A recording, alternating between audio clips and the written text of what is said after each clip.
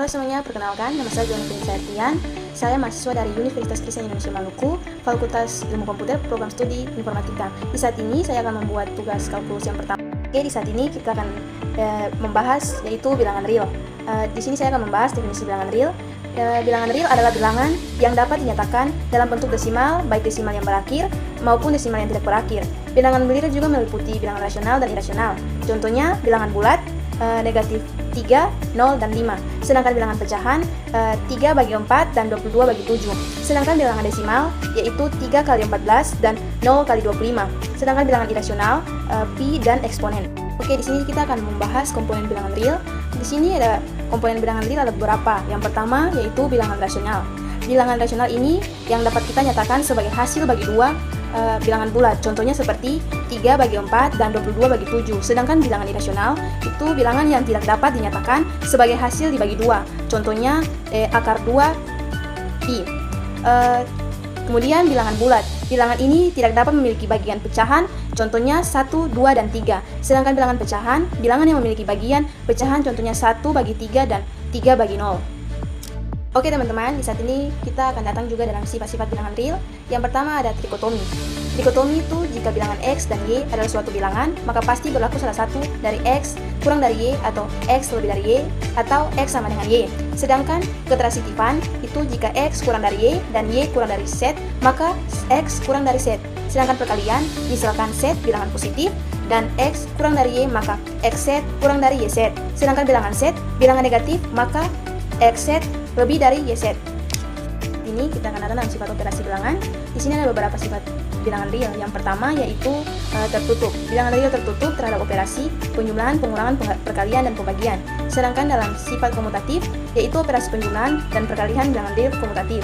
Sedangkan asosiatif, operasi penjumlahan dan perkalian bilangan real asosiatif. Sedangkan distributif, operasi perkalian bilangan real distributif terhadap penjumlahan. Oke, di saat ini kita akan datang dalam bentuk operasinya. Dalam sifat komutatif itu ada A tambah B sama dengan B tambah A.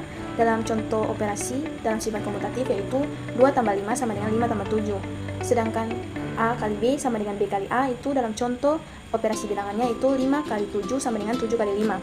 Sedangkan dalam sifat asosiatif ada dalam kurung A tambah B tambah C sama dengan A tambah dalam kurung B tambah C. Dalam contoh operasi bilangan sifat asosiatif itu dalam kurung 2 tambah 3 tambah 7 sama dengan 2 tambah dalam kurung 3 tambah 7. Dalam kurung A kali B kali C sama dengan A dalam kurung B kali C. Dalam contoh sifat bilangan asosiatif, operasinya yaitu dalam kurung 3 kali 2 kali 5 sama dengan 3 kali dalam kurung 2 kali 5. Sedangkan dalam sifat distributif ada 2, yaitu pertama A dalam kurung B tambah C sama dengan A kali B tambah A kali C. Dalam contoh sifat distributif, contoh operasinya yaitu 3 kali 10 dalam kurung tambah 2 sama dengan 3 kali 10 tambah 3 kali 2. Sedangkan dalam kurung B tambah C kali A sama dengan B kali A tambah C kali A. Dalam bentuk contoh operasi bilangannya yaitu dalam kurung 10 tambah 2 kali 3 sama dengan 10 kali 3 tambah 2 kali 3. Oke, di saat ini kita akan datang dalam beberapa aksioma. Yang pertama saya akan menjelaskan apa itu aksioma lapangan dan apa yang mencakupnya. Yang pertama, aksioma lapangan adalah sekumpulan aksioma yang mendefinisikan operasi penjumlahan dan perkalian dalam suatu himpunan. Aksioma lapangan ini mencakup beberapa. Yang pertama yaitu penutupan. Hasil penjumlahan dan perkalian dua elemen adalah elemen dalam himpunan yang sama. Sedangkan asosiativitas yaitu dalam kurung A tambah B tambah C sama dengan A tambah dalam kurung B tambah C. Sama dan juga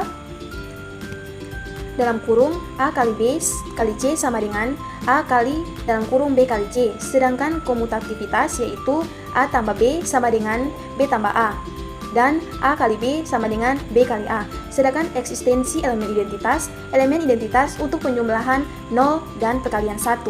Eksistensi elemen inverse yaitu elemen inverse untuk penjumlahan negatif A dan perkalian A pangkat negatif 1. Oke, di saat ini kita akan datang dengan aksioma urutan dan aksioma kelengkapan. Di saat ini saya akan menjelaskan apa itu aksioma urutan. Aksioma urutan adalah sekumpulan aksioma yang mendefinisikan relasi urutan di antara elemen-elemen dalam himpunan.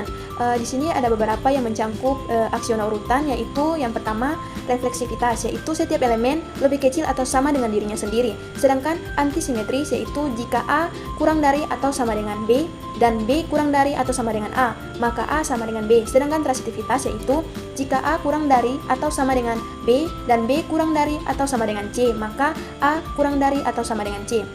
Sedangkan aksioma kelengkapan adalah aksioma yang mendefinisikan bahwa suatu himpunan memiliki elemen yang dianggap sebagai terkecil dan terbesar.